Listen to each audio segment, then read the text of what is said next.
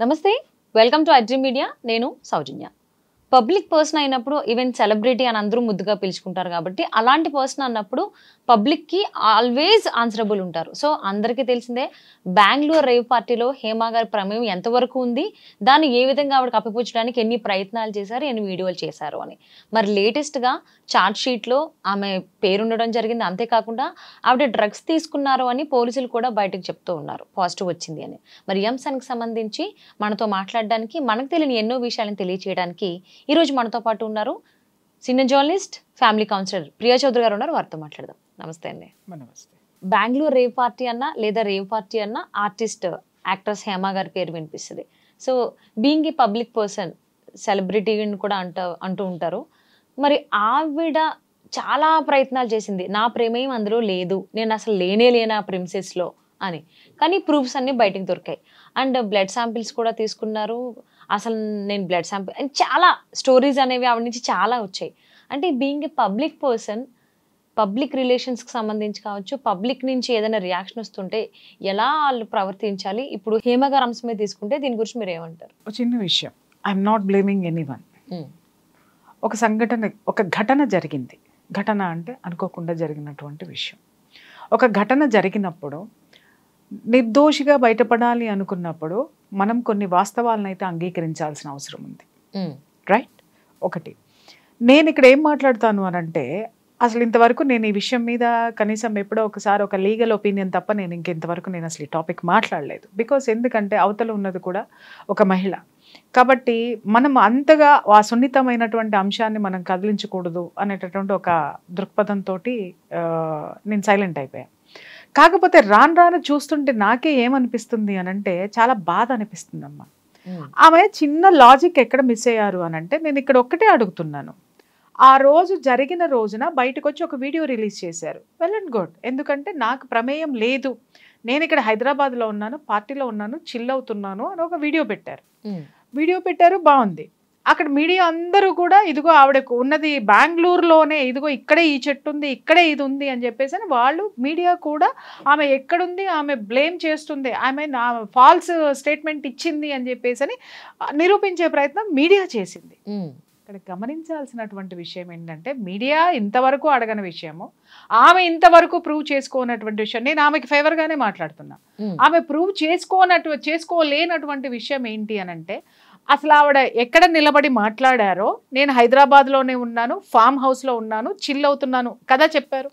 నేనేమడుతున్నానంటే, ఎప్పుడైతే లేదా ఆమె బెంగళూరులోనే ఉంది అన్నప్పుడు హైదరాబాద్లో ఆవిడ ఏ ఫామ్ హౌస్లో ఆ ప్లేస్ ఎక్కడుందో చూపిస్తే అయిపోయేదిగా. అవునా కాదా? ఇంతమంది కెమెరాలు ఉన్నారు, ఇన్ని యూట్యూబ్ ఛానల్స్ ఉన్నాయి, ఇన్ని శాటిలైట్ ఛానల్స్ ఉన్నాయి, మరి రోజు ఆవిడ మీద ఎందుకు ఇంత బురద చల్లించుకుంటున్నారు ఆవిడ? నాకు అర్థం కాల.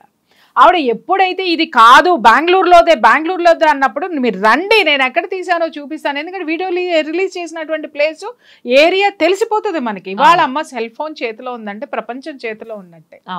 నువ్వు మీడియాని తీసుకొని వెళ్ళి, ఇదిగో ఈ ఫామ్ హౌస్లో నేనున్నాను, ఇదిగో ఈ చెట్టు ఇక్కడ ఉంది, ఇది హైదరాబాద్లో ఉంది చూపించేస్తే అయిపోయేది, అక్కడ క్లారిటీ వచ్చేది.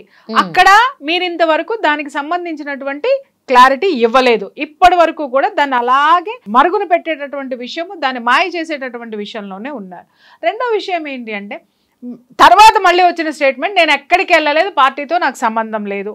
ఫస్ట్ వచ్చిన ఇన్ఫర్మేషన్. తర్వాత ఏంటంటే, నేను కొన్ని రోజులు అయిపోయిన తర్వాత మళ్ళీ ఆవిడని తీసుకెళ్లారు, బెంగళూరు పోలీసులు తీసుకెళ్లారు, శాంపిల్స్ అవన్నీ ఇచ్చారు. ఆవిడ అప్పుడు కూడా చాలా బరస్ట్ అయ్యారు. ఏమని అంటే, ఇదిగో ఇప్పుడు తీసుకున్నారు నా బ్లడ్ శాంపిల్స్, నా జుట్టు, నావి యూరినల్ శాంపిల్స్ ఇవన్నీ ఇప్పుడు తీసుకున్నారు, చెప్పండి నేను అందులో ఉన్నానంటే. ఒక్కటే క్వశ్చన్ చేస్తున్నాను ఒక సీనియర్ జర్నలిస్ట్గా, మీరు దాంట్లో లేనప్పుడు అసలు మీ శాంపిల్స్ ఎందుకు తీసుకుంటారు? అసలు మీకు హైదరాబాద్ వరకు వచ్చి పోలీసులు ఎందుకు తీసుకుంటారండి? మీరు దాంట్లో లేకుండా ఇవన్నీ చేస్తే రేపొద్దున పోలీసులు నెత్తి మీదకి వస్తుంది. మీకు ఆ సంగతి తెలుసా? బెంగళూరు పోలీసులు పెద్ద అపప్రద మూటగట్టుకోవాల్సిన అవసరం ఉంటుంది చాలా. ఎందుకంటే because you are the celebrity. మీరు వదిలిపెట్టరు తప్పు జరిగి ఉన్నట్టయితే. మీరు మళ్ళీ ఇక్కడికి వచ్చి వీడియో చేసిన తర్వాత, మళ్ళీ మీడియాతో మీరు వీడియోలు రిలీజ్ చేసిన తర్వాత, మీరు బిర్యానీ వండిన తర్వాత, అన్నీ తాపీగా జరిగిన తర్వాత మళ్ళీ పోలీసులు మిమ్మల్ని ఎందుకు తీసుకెళ్లారు? తీసుకెళ్ళి ఎందుకు ఇవన్నీ శాంపుల్స్ తీసుకున్నారు? ఆ రోజు కూడా మీరు ఇవ్వనటువంటి క్లారిటీ ఏంటి అని అంటే, నేను నిర్దోషిని, ఇప్పటి వరకు నా శాంపిల్స్ తీసుకోలేదు అని చెప్పాల్సింది. శాంపిల్స్ తీసుకున్నారు. రెండో విషయం, శాంపిల్స్ తీసుకున్న తర్వాత మళ్ళీ ఒక 2-3 రోజుల తర్వాత మళ్ళీ జనానికి ఒక కన్ఫ్యూజన్ వీడియోస్ రిలీజ్ అయ్యాయి. ఏమని రిలీజ్ అయినాయి? నా బ్లడ్ ఇస్తా, నా శాంపిల్ ఇస్తా, నా జుట్టు ఇస్తా, అన్నీ ఇస్తాను, నేను ఇస్తాను, మీరు ప్రూవ్ చేసుకోండి, నేనైతే లేనంటే లేను, లేనంటే లేను. నాకు ఒక్క విషయం, నాకు ఒక క్వశ్చన్ మార్క్ ఏమొచ్చిందంటే, అయ్యో ఈ అమ్మాయి ఎందుకు తనని తాను అట్లా బయట పడేసుకుంటుంది? ఎందుకు అనవసరంగా, ఇప్పుడు టాపిక్ ఏమి లేదు, ఈ అమ్మాయి ఎందుకు వచ్చింది మీడియా ముందుకు వచ్చి ఇప్పటికిప్పుడు బ్లడ్ శాంపిల్స్ ఇస్తాను? మరి ఆ రోజు రావాల్సింది కదా. అదే రోజు ఎప్పుడైతే మిమ్మల్ని బ్లేమ్ చేశారో, ఎప్పుడైతే వార్త బయటకు వచ్చిందో, వార్త బయటకు వచ్చిన రోజునే నా బ్లడ్ శాంపిల్స్ ఇస్తా, నా జుట్టు ఇస్తా, నా ఇది ఇస్తా, మీరు ఛాలెంజ్ చేస్తున్నానని ఆ రోజు నిలబడి ఉంటే ఆవిడ ఈ రోజు ఇంత ఎదుర్కొనేది కాదు. అలాగే ఆ రోజున బెంగళూరు రేవ్ పార్టీ నుంచి మీరు వీడియో రిలీజ్ చేశారని మీడియా ప్రూవ్ చేసే ప్రయత్నం చేసినప్పుడు, అరే ఇదిగో హైదరాబాదు, ఇదిగో రూట్ మ్యాప్, లింక్, లొకేషన్ మీకు పంపిస్తున్నాను, నేను ఇక్కడే ఉన్నాను, ఇదిగో హైదరాబాద్ లో ఉంది, ఇదిగో చెట్టు, ఇదిగో దీంట్లోనే ఉన్నాను, ఈ ఫామ్ హౌస్ లో, ఎందుకు చూపించలేదు? మిమ్మల్ని మీరు ప్రూవ్ చేసుకునే ప్రయత్నాల్లోనే కదా మీరు ఉన్నారు. ఆ రోజు వీడియో పెట్టినా అదే ప్రయత్నంలో ఉన్నారు. 4 రోజుల కిందట, వారం రోజుల కిందట వీడియోస్ రిలీజ్ చేసినప్పుడు కూడా ఇదిగో నాకు సర్టిఫికెట్లు వచ్చినాయి, నేను చాలా క్లియర్ మిస్టర్ క్లీన్ అని చెప్పేసి అని మీరు ప్రొడ్యూస్ చేశారు. మరి ఈ రోజు ఛార్జ్ షీట్లో మీరు డ్రగ్స్ తీసుకున్నట్లు నిర్ధారణ అయ్యింది అనేటటువంటి వార్తలు వస్తున్నాయి. దీనికి ఏం సమాధానం చెప్పాలి?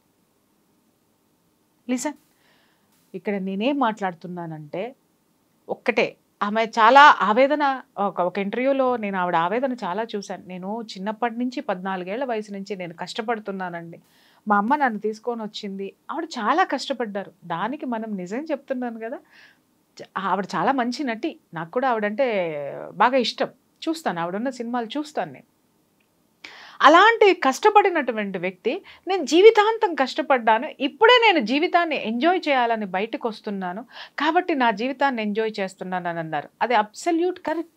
ఎందుకంటే ఎవరికైనా ఒక గొడ్డు చాకిరీ చేసిన తర్వాత రిలాక్స్డ్గా పడుకోవాలనిపిస్తుంది, లేదు ఎప్పుడు ఇంట్లో ఉండే వాళ్ళకి రిలాక్స్డ్గా బయటికి వెళ్ళాలనిపిస్తుంది, లేదా బాధ్యతల్లో మునిగి తేలిన వాళ్ళకి ఒక ఆహ్లాదకరమైనటువంటి వాతావరణంలో అలా బయటికి వెళ్ళి ఎక్కడో తన ఇష్టం వచ్చిన చోటుకి వెళ్ళి రావాలనిపిస్తుంది. ఇవన్నీ వేటిల్లోనూ తప్పు లేదమ్మా, కానీ మనం వెళ్ళే ప్లేసుల్లోనే తప్పు ఉంది, అది కరెక్ట్ కాదు. ఇక్కడ ఈరోజు చాలామంది ఉన్నారు సెలబ్రిటీసు, చాలామంది ఇది ఉన్నారు, అలసిపోయిన వాళ్ళు ఉన్నారు, కుటుంబం కోసం పనిచేసే ఇల్లాళ్ళు ఉన్నారు, సాఫ్ట్వేర్ ఎంప్లాయీస్ ఉన్నారు, పెద్ద పెద్ద పోస్టులో సీఈఓలు ఉన్నారు, అందరూ ఉన్నారు. అందరికీ కూడా రెస్టే కావాలి, అందరికీ కూడా ఒక మంచి జీవితం, ఎంజాయ్ చేసేటటువంటి జీవితం, కనీసం ఒక 4 నెలలన్నా ఎంజాయ్ చేద్దాం, ఒక సంవత్సరం అన్నా ఎంజాయ్ చేద్దాం, మళ్ళీ ప్రొఫెషన్లోకి వద్దాం అనుకునే వాళ్ళు ఉన్నారు. ఇంకా ఇలా చాలామంది ఉన్నారు. కానీ వీళ్ళందరూ ఏమెత్తుకుంటున్నారు? పార్టీలు ఉన్నాయి, లేవని అనట్లా, కిటీలు ఉన్నాయి, లేవని నేను అనట్లా, ఎంజాయ్మెంట్ ఉంది, లేవని నేను అనట్లా, కానీ ఏ ఎంజాయ్మెంట్లో నువ్వు ఉన్నావు? ప్రమాదకరమైనటువంటి ఆనందం అంటే ప్రమాదకరమైనటువంటి ప్లేసుల్లో ఉందా? ప్లేసుల్లో ఉందమ్మా.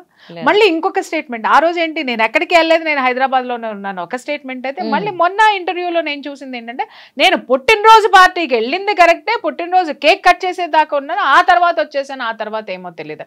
ఇక్కడే 3 స్టేట్మెంట్లు ఉన్నాయి. నేను వెళ్ళలేదు, హైదరాబాద్లో చిల్ అవుతున్నాను, నేను ఒక్కరోజు వెళ్ళాను, నేను బ్లడ్ శాంపుల్స్ ఇచ్చాను, చూసుకోండి, నా దగ్గర ఏం లేదు. మీరు ఆ రోజు చూపించిన రిపోర్ట్లు ఎవరు రిపోర్ట్లు చూపించారు? బెంగళూరు పోలీసులు దగ్గర ఉన్నటువంటి మీ బ్లడ్ శాంపిల్స్ ఏవైతే ఉన్నాయో పోలీసులు రిలీజ్ చేసినటువంటి ఛార్జ్ షీట్లో ఉన్నటువంటి రిపోర్ట్సా? ఇది అడుగుతున్నా నేను. మీరు క్లారిటీ ఇవ్వలేదు. అసలు ఎందుకు అనవసరంగా ఈవిడొచ్చి బ్లడ్ రిపోర్ట్లు అవన్నీ పెట్టి ప్రెస్ మీట్లు ఎందుకు పెడుతున్నారా అనేది నాకు అర్థం కాలేదు. నా 6th సెన్స్ కొట్టింది, ఇక్కడ ఏదో సంథింగ్ ఈజ్ గోయింగ్ ఆన్ అనేసి. నేను నిజంగా ఇప్పటివరకు నేను ఇది టచ్ చేయలేదమ్మా. ఎందుకు మాట్లాడుతున్నానంటే, సెలబ్రిటీ హోదాలో ఉన్నప్పుడు కొన్నిటికి మనం ఆన్సర్ ఇవ్వాల్సిన అవసరం ఉంది. నేను ఇవ్వను, నా వ్యక్తిగత జీవితం, అసలు మీరెవరు మాట్లాడడానికి అనంటే దానికి కూడా నేను ఓటేస్తా. కానీ మనం తప్పు చేశాము అని ఎదుటివాడు మాట్లాడినప్పుడు, తప్పు చేయలేదని నన్ను ఎందుకు నమ్మరు అని మీరు పబ్లిక్లోకి వచ్చే ముందు, ఏ పబ్లిక్ అయితే మిమ్మల్ని అర్థం చేసుకోవాలని అనుకుంటున్నారో మరి ఆ పబ్లిక్ అనుగుణంగానే మీరు నడుచుకోవాల్సిన అవసరం ఉందిగా. మీరెవరండి నన్ను అడగడానికి? నేను ఎక్కడైనా తిరుగుతాను అని అన్నప్పుడు మీరు పబ్లిక్లో ఉండకండి. ఎవరు పట్టించుకోరు. చాలామంది రోజు పొద్దున్న లెగిస్తే నేను చూస్తున్నా, నాకు తెలుసు బోళ్ళని చరిత్రలు, నా బ్రదర్స్ వీళ్ళందరూ లీగల్గా ఉన్నారు, పోలీసులు వ్యవస్థలో ఉన్నారు, ఎన్ని డ్రగ్స్ కేసులు పట్టుబడుతున్నాయి, ఎంతమంది స్టూడెంట్స్ పట్టుబడుతున్నారు, నైజీరియన్స్ ఎంతమంది ఉన్నారు. వీళ్ళందరూ ప్రపంచానికి ఎందుకు తెలియరండి? ఎందుకు తెలియరు అంటే వాళ్ళు జనాన్ని వాడుకోలే, జనంలో లేరు, జనం సొమ్ముతో బ్రతకలేదు. మీరు సినిమాలు రిలీజ్ అయితే మీకు కావాల్సింది పబ్లిక్. మీ జీవనోపాధి ఇప్పటి వరకు జరిగింది, మీరు సంపాదించిన ప్రతి పైసా పబ్లిక్ వినోదం కోసము వాళ్ళు ఖర్చు పెట్టినటువంటి పైసానే మీ ఇంట్లోకి వచ్చి చేరింది. మరి ఇవాళ పబ్లిక్ని మీరెవరని తిడితే ఎలా ఉంటుందమ్మా? కానీ ఈ మధ్య కాలంలో డ్రగ్స్ అనే పేరు వినిపించింది అంటే ఖచ్చితంగా ఫిలిం ఇండస్ట్రీకి సంబంధించిన వాళ్ళు చాలా పేర్లు వినిపిస్తున్నాయి. యాక్చువల్లీ చెప్పాలంటే వాళ్ళ పేర్లు ఎక్కువ వినిపిస్తున్నాయి. మిగిలినటువంటి కేటగిరీస్ కానీ డొమైన్స్లో కానీ ఉన్న వాళ్ళ పేర్ల కంటే వీళ్ళ పేర్లు ఎక్కువ ఉన్నాయి. సో కానీ వీళ్ళేమో అది నా పర్సనల్ అని కొంతమంది, అసలు కొంతమంది రెస్పాండ్ కూడా అవ్వరు. కానీ హేమ గారు అద్దెగా రెస్పాండ్ అయ్యారేమో అనిపిస్తూ ఉంటది. ఒక్క మాట నేను చెప్తున్నాను, మీరు అన్నది కరెక్టే. ఎందుకంటే ఇక్కడ ఇంకొక విషయం కూడా ప్రస్తావించాల్సింది ఏంటి అని అంటే, ఈ ఇష్యూ వచ్చినప్పుడు ఫిల్మ్ ఇండస్ట్రీలో ఉన్న వాళ్ళే పట్టుబడుతున్నారు. ఎక్కడో ఉన్న గృహిణులు పట్టుబడట్లా, ఎక్కడో ఉన్న చిన్న చిన్న వాళ్ళు పట్టుబడట్లేదు. ఒకవేళ పట్టుబడిన వాళ్ళు వ్యక్తిగతంగా వాళ్ళ కుటుంబాన్ని పోషించుకోవడానికి వాళ్ళు ఆ పని చేశారు, జైలుకి వెళ్తున్నారు, వెనక్కి వస్తున్నారు. లేదా డ్రగ్స్ బారిన పడ్డాళ్ళు రీహాబిటేషన్కి వెళ్తున్నారు, లైఫ్ని సరి చేసుకుంటున్నారు, వెనక్కి వస్తున్నారు. మీరే ఎందుకు ఫోకస్ అవుతున్నారంటే దేర్ ఈజ్ అ ఆన్సర్. ఏంటి అనంటే, మనం సినిమాలు ఏం తీస్తున్నాం? చెడిపోండ్రా, పాడైపోండ్రా, ఇష్టం వచ్చినట్టు అక్రమ సంబంధాలు పెట్టుకోండ్రా అని ఒక హీరో నటించట్లా. ఒక హీరోని హీరోయిన్ని ఏ పాత్రలో పెడుతున్నారు అని అంటే, అబ్బా మగాడై పుడితే ఇట్టాగే నలుగురిని నరకాల, నలుగురు ఆడపిల్లల్ని కాపాడాలి. హీరోయిన్ని పెడితే అబ్బా ఏది ఉన్నా ఏది చేసినా ఇన్ని త్యాగాలు చేసేసుకుంటూ, లేకపోతే ఇంత అర్థం చేసేసుకుంటూ ఒక ఆడదానిలాగా ఇలా బ్రతికేసేయాలి, ఈ రెస్పాన్సిబిలిటీస్ ఉన్నటువంటి పాత్రలో మనం ఉండాలి అని మీరు ఎవరిని బ్లేమ్ చేస్తున్నారు? మీ సినిమాల ద్వారా జనాల్ని ఇలాంటివి చూపించి బ్లేమ్ చేసినట్టే కదా. ఇలా మీరు నైతిక విలువలేమో సమాజానికి చూపిస్తారు, అనైతికమైనటువంటి కార్యకలాపాల్లో మీరుండి మా వ్యక్తిగత జీవితం అంటారా? మీరు బురదలో ఉండి మమ్మల్ని ఇలా ఉండండి అని ఆ నీతి సూత్రాలు, నీతి శుద్ధులు మాకెందుకు చెప్తున్నారమ్మా? మాకెందుకు చెప్తున్నారు? మిమ్మల్ని చూసే కదా, మీకోసమే కదా ఇవాళ మా పిల్లల చదువులు కూడా చదవకుండా మీ పోస్టర్లే పెట్టుకుంటున్నారు, మీదే పెట్టుకుంటున్నారు. ఈరోజు మిమ్మల్నే ఫాలో అవుతున్నారు. మీరు డ్రగ్స్కి వెళితే నా హీరోనే తీసుకుంటున్నాడు, నేను ఎంతరా బాయ్ ఎంజాయ్ చేయొచ్చు. నిన్ను అభిమానించేటటువంటి వాళ్ళు, అరే హేమ వెళ్ళింది, లేకపోతే ఇంకొకళ్ళు వెళ్ళారు, ఇంకొక హీరోయిన్ ఉంది, ఇంకొకళ్ళు ఉన్నారు, అయితే నేను కూడా ఎంజాయ్ చేయొచ్చు, వాళ్ళ జీవితం వాళ్ళు హ్యాపీగా ఎంజాయ్ చేస్తున్నారు, అడిగేవాడు ఎవడు లేడు, నేను ఎంజాయ్ చేస్తానని మీకు పట్టిన చీడని సమాజం దాకా తీసుకొస్తున్నారు. ఇది కారణం. సినిమాకి మాత్రమే అంటి కడుతున్నారు, మాలో లేవా బయట లేవా అని క్వశ్చన్ చేస్తున్నారు. క్వశ్చన్ చేసేటప్పుడు నేను సినిమా ఇండస్ట్రీని క్వశ్చన్ చేస్తున్నాను, ముందు మీ సంగతి తేల్చండి, మీ గురించి మాట్లాడండి. వాళ్ళు లేరా వీళ్ళు లేరా కాదు, శుద్ధులు చెప్పే మీరు వెనక ఏం చేస్తున్నారు, ఎలాంటివి చేస్తున్నారు, ఎలాంటి అనైతిక కార్యకలాపాల్లో మీరున్నారు.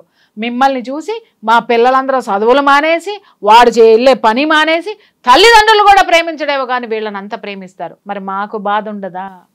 మా పిల్లలు మమ్మల్ని నిర్లక్ష్యం చేసి వాళ్ళని ఒక భ్రమల్లో పెట్టేస్తున్నారు, ఒక హీరోయిజం భ్రమల్లో. నిన్నగాక మొన్న కూడా మాట్లాడుకున్నాం, వినాయకుళ్ళు అందరూ హీరోల రూపంలో ఉన్నారు, వినాయకుడిని హీరోగా ఎవరు చూడలేదు అక్కడ బాస్. ఇలా భగవంతుడిని కూడా దాటి మీ దగ్గరికి మా పిల్లల్ని చేర్చేసుకున్నప్పుడు మీ జీవితాలు ఎలా ఉండాలి? మీరు మాకు రెస్పాన్సిబిలిటీ. సమాజం అంటే మేమే, తల్లిదండ్రులమే, సమాజం అంటే మేమే. కాబట్టి మాకు ఆన్సర్ ఇచ్చి తీరాల్సిందే. ఎందుకంటే మీ పాకెట్లోకి వచ్చే ప్రతి రూపాయి మా కష్టార్జితం. కాబట్టి యూ షుడ్ రెస్పాన్సిబుల్. ఆవిడకి సంబంధించినటువంటి బ్లడ్ రిపోర్ట్స్ అని బయటకు వచ్చిన, పోలీసులు రిలీజ్ చేసిన అండ్ ఛార్జ్ షీట్లో హేమ పేరు ఉన్నా కానీ ఆవిడ మాత్రం ఇది నేను ఖండిస్తున్నాను, ఇది నాది కాదు. అది సహజం తల్లి. ఇప్పుడు ఒక్క విషయం ఏంటంటే, ఎవరైనా సరే నిర్దోషిగా బయటికి రావాలి, నేను నా నిర్దోషిత్వాన్ని నేను ప్రూవ్ చేసుకోవాలి అనేటటువంటి తత్వంలో ఉంటారు. ఎవరైనా అదే ఉంటారు. నేను చేయలేదండి అంట. నేనేమంటానంటే, ఆవిడ ఉద్దేశపూర్వకంగా చేసిందో లేదో పక్కన పెడదాం. ఒక ఆడదానిగా నేనేం మాట్లాడుతున్నానంటే, సరే తెలిసిన వాళ్ళనో ఉన్న వాళ్ళనో పార్టీకి వెళ్ళింది, పార్టీకి వెళ్ళి ఆవిడ అనుకోకుండా దాంట్లో ఇరుక్కొని ఉండొచ్చు, లేకపోతే ఇరుక్కోలేకపోవచ్చు. కానీ వచ్చిన బ్లడ్ రిపోర్ట్స్, శాంపిల్స్ ఏం చేస్తాం? పోలీసులు బయట పెట్టినటువంటి ఆ రిపోర్ట్స్ని ఏం చేయాలి? వాటికి ఆన్సర్ ఇవ్వాల్సినటువంటి అవసరం ఉంది. ఎప్పుడైనా సరే నేను చెప్తున్నాను, ఒక నింద మన మీదకి వచ్చినప్పుడు నిజంగానే మనం తప్పు చేస్తే క్షమాపణ అడగడంలో తప్పే లేదు తల్లి. క్షమాపణ అడిగి మళ్ళీ తప్పు చేస్తే దవడ పగులుతుంది. క్షమాపణ అడిగి మళ్ళీ ఆ తప్పు జోలికి పోకుండా ఆ స్థితిలో నువ్వు ఉన్నావంటే మళ్ళీ నీ డిసిప్లిన్ లైఫ్ నీకు వస్తుంది. అలా కాకుండా బ్లఫ్ చేయాలని చూశారనుకోండి, ఏం జరుగుతుంది? ఆకాశానికి వేసి ఉమ్మేస్తే ఏమవుతుంది? తిరిగి మన ముఖం మీదే పడుతుంది. ఇవాళ నేను తప్పు చెయ్యలేదు, మీరు చెయ్యలేదమ్మా, తేల్చాల్సింది ఎవరు? పోలీసులు. మీరు తప్పు చేయలేదమ్మా, తేల్చాల్సింది ఎవరు? Forensic lab. మీరు తప్పు చేయలేదమ్మా, తేల్చాల్సింది ఎవరు? కోర్టు. వెయిట్ చేయండి అప్పటి వరకు. మీరు ఎందుకు ముందే పెట్టేసేసుకొని ముందే ఇది చేసేసుకొని. ఇంకొక మాట కూడా ఆవిడ అన్నారు, నన్ను బ్లాక్మెయిల్ చేస్తున్నారండి అని. ఏమండి, చట్టం ఉందండి, మిమ్మల్ని బ్లాక్మెయిల్ చేస్తే ఇమీడియట్గా తీసుకెళ్లి పోలీస్ స్టేషన్లో కేసు పెట్టి పడండి. ఏ యూట్యూబ్ వాళ్ళు మిమ్మల్ని బెరాలు కుదుర్చుకుందాం అనుకుంటున్నారో, ఏ జర్నలిస్ట్ వచ్చి మిమ్మల్ని డబ్బులు అడుగుతున్నాడో, లేకపోతే ఇంకెవరు మిమ్మల్ని బ్లేమ్ చేస్తున్నారో రికార్డ్ చేయడం ఏమంతా ఇదైతే కాదు. అవును. ఇంకొక మాట, ఇప్పుడు ఆవిడ ఒక మాట బ్లేమ్ వేసేసారు. సరే, మీడియాలో ఉందా లేదా పక్కన పెడదాం. మీడియా వాళ్ళు మనము కాంప్రమైజ్ అవుదామండి, ఒక దీనికి వద్దామండి, అగ్రిమెంట్కి వద్దామండి, నన్ను డబ్బులు అడుగుతున్నారండి, ఇంకోటి అని అన్నారు. నేను ఒక మాట అడుగుతాను, చెప్తా అమ్మా. మీడియా వాళ్ళు అంత పిచ్చోళ్ళు అయితే కాదమ్మా. ఎందుకని అంటావేమో, ఇవాళ డబ్బులు తీసుకొని నోరు మూసుకొని కూర్చుంటే రేపొద్దున పోలీసులు రిలీజ్ చేసినటువంటి వార్త బయటకు వచ్చిన రోజున మీడియా ఎదవవదా? అవుతుంది. మీడియా ఎదవవదా? ఇప్పుడు మరి కూర్చోబెట్టి చేసిన వాళ్ళందరూ అట్లాగే ఎదవలవలేదా? కూర్చోబెట్టి.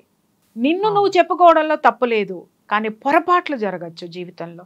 జరగకుండా ఎవరి జీవితంలోనూ ఉండవు తల్లి. తప్పులు ఖచ్చితంగా జరిగితే మనకు తెలుసో తెలియకో తప్పటడుగులు వేస్తూ ఉంటాం, కానీ తప్పుడు అడుగులు పడకుండా మనల్ని మనం జాగ్రత్త చేసుకోవాలి, మనల్ని మనం ముందుకు తీసుకెళ్ళాలి. ఖచ్చితంగా ఎందుకు జరగవు తల్లి? మన జీవితంలో నిత్యం లేస్తే మనం ఎన్ని తప్పులు జరగట్లేదు, ఎన్ని అవ్వట్లేదు, వాటిని ప్రక్షాళన చేసుకునే దిశగా పోవాలి. కానీ మభ్యపెట్టి దశగా వెళితే మాత్రము లైఫ్లో మనల్ని ఎవ్వరూ నమ్మరు. ఇది ఒక్కటి మాత్రం నేను కోరుకుంటున్నాను.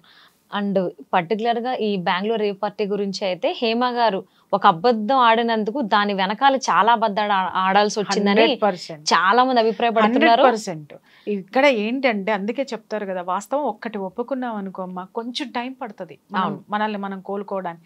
కానీ మనలో నిజాయితీ ఉంటే, పబ్లిక్ బాగా మనలో నిజాయితీ ఉంటే ఖచ్చితంగా పాజిటివ్ గా రిసీవ్ చేసుకుంటారు. అయ్యో, ఈవిడ మనకి ఇంత బాగా మంచి క్యారెక్టర్స్ వేశారు, మనకి ఇంత వినోదం అందించారు, ఓకే లైఫ్ లో ఒక తప్పు జరిగింది అని జనాలు నిజంగా ఆ రోజే ఆమెను గుండెల్లోకి తీసుకునేవాళ్ళు, ఖచ్చితంగా తీసుకునేవాళ్ళు. బట్ బ్లఫ్ చెయ్యొద్దు అనేది అదే.